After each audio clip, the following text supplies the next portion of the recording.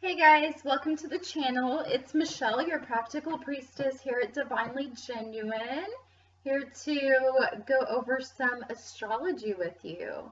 Tonight we're going to take a look at Walt Disney's astrology. So before I looked at his chart, I was kind of guessing, what you start to do if you're into astrology just automatically.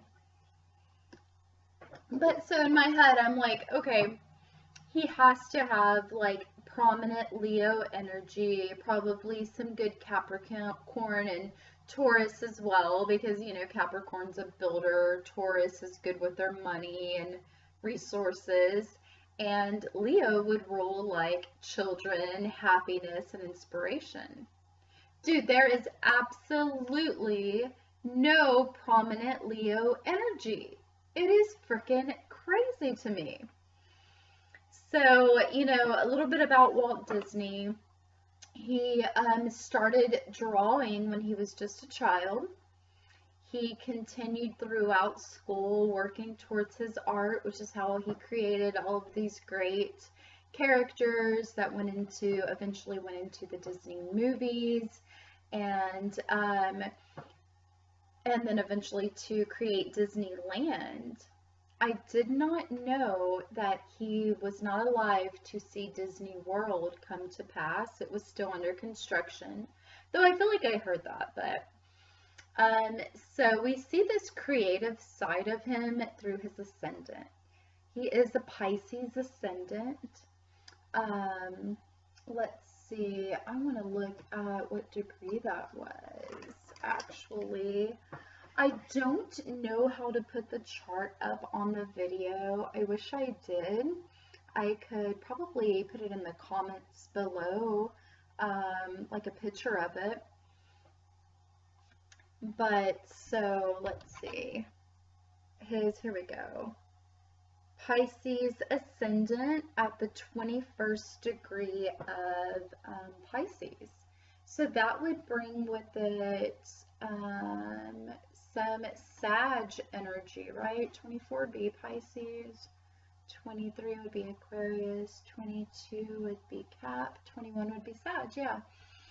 So bringing in that blessed Jupiter, expansive, beneficiary planet and vibe with Pisces. Pisces, like I said, rules like the dream world, the spiritual world, other realms, highly imaginative, artsy stuff, very creative energy, ruling like music and art. So that would explain his artsy stuff.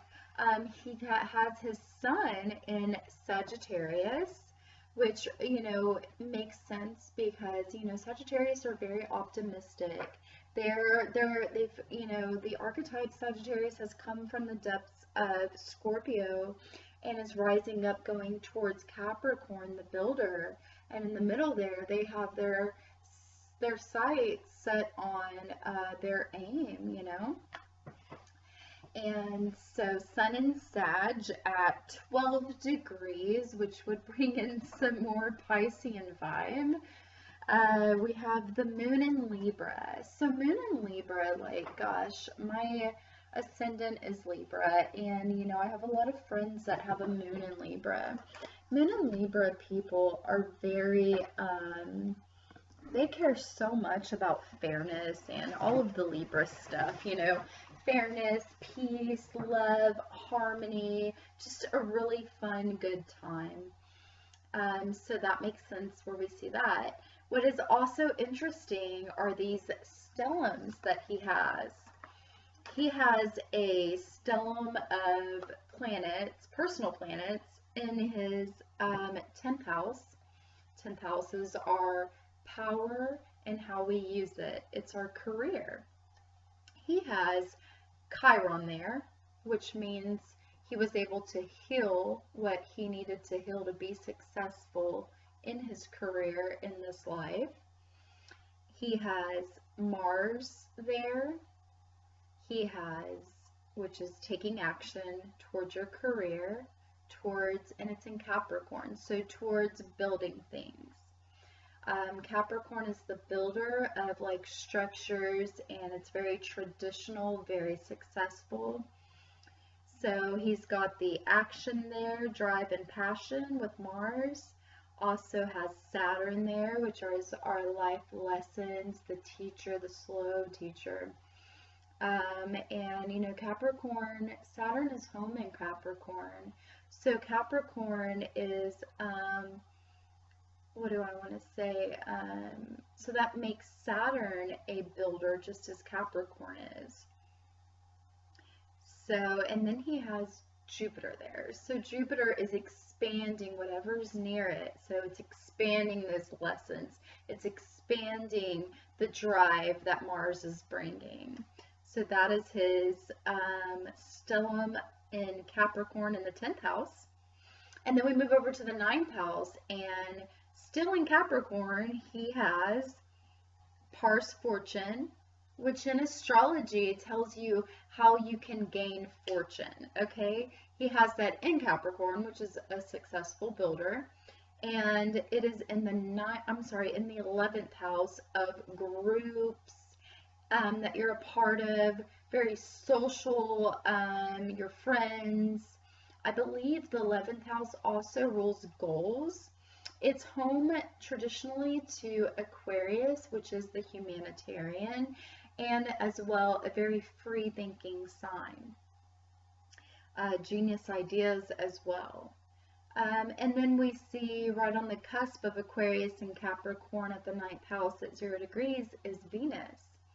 So having Venus in Capricorn in the 11th house, it's important for him to be a part of, he must have loved groups, he must have loved people, and found value in the groups and people that he was around, and wanted to, since it's in Capricorn, take that and make it, you know, Capricorn is cardinal earth, so he wanted to ground it and lead with it, if that makes sense. His sun is conjunct Uranus, which is just like I was describing the Aquarius energy of needing freedom to think, to be creative with your ideas and having genius ideas. Well, having his sun in Sag, which is the outer expression, conjunct Uranus, which is bright, genius ideas, high electric energy, very random and out of the blue. It makes a lot of sense to me because that's where all of the out-of-the-box ideas come from, that kind of vibe, Uranus, Aquarius vibe. And then we go over to his 8th house, which has another stellium. Now, it's got the North Node, true and mean, both in the 8th house of Scorpio. Okay, which is kind of interesting. I wouldn't have guessed that for him. I would have guessed it be like, I don't know, the 10th house of career or the 5th house of passion or something like that. But because the North Node is describing our soul's journey and purpose in this life, and his is in the 8th house, which rules other people's money. So I guess that would make sense. I mean, because it took a lot of people to build this. He couldn't have done it alone. So obviously, you know, some part of his path required him obtaining people's help, you know, in a great amount. But so the 8th house also rules like taxes, shadows, pain, depth, intimacy. And so he has the nodes there, North Node. He has a Vesta there, which is heart, home, family. It's an asteroid. So Disney, obviously, it's a family type thing, you know. It's, you know, G-rated if it's Disney. Used to be. Then we have Lilith there. And it's interesting because Lilith is where, it's an asteroid, and it's where we get our revenge from.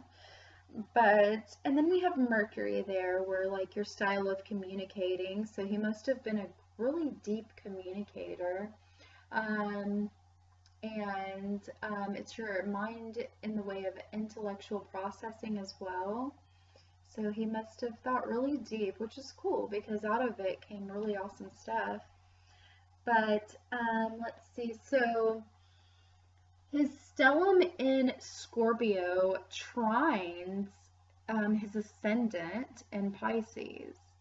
So trine is like a very beautiful mutual understanding, the most positive communication amongst the planets in astrology. So basically, like I like to think it gives it the go ahead, like it's just going to flow very well together. And remember that ascendant is what gives him all of this creativeness that he has going on, from what I see in the chart. And then we have the stellium in the 10th house of his career is trining the south nodes, which is where our soul came from, like in a past life. And again, it's the most positive communication amongst the planets. So having that trine, it's almost like, saying what you learned in your past life, you understand how to bring that to fruition. It's not holding you back or becoming difficult like squares do. So very cool stuff. I had a good time looking into his astrology and learning a little bit about him. I hope you guys enjoyed it. So I thought I'd start covering like some astrology for some of the famous people that we all know. So I hope you liked it. If you did, like it, subscribe, share, do all the things. And I love you guys. We'll see you soon. See you on the daily horoscope tomorrow as we follow the moon. Have a good one. Peace.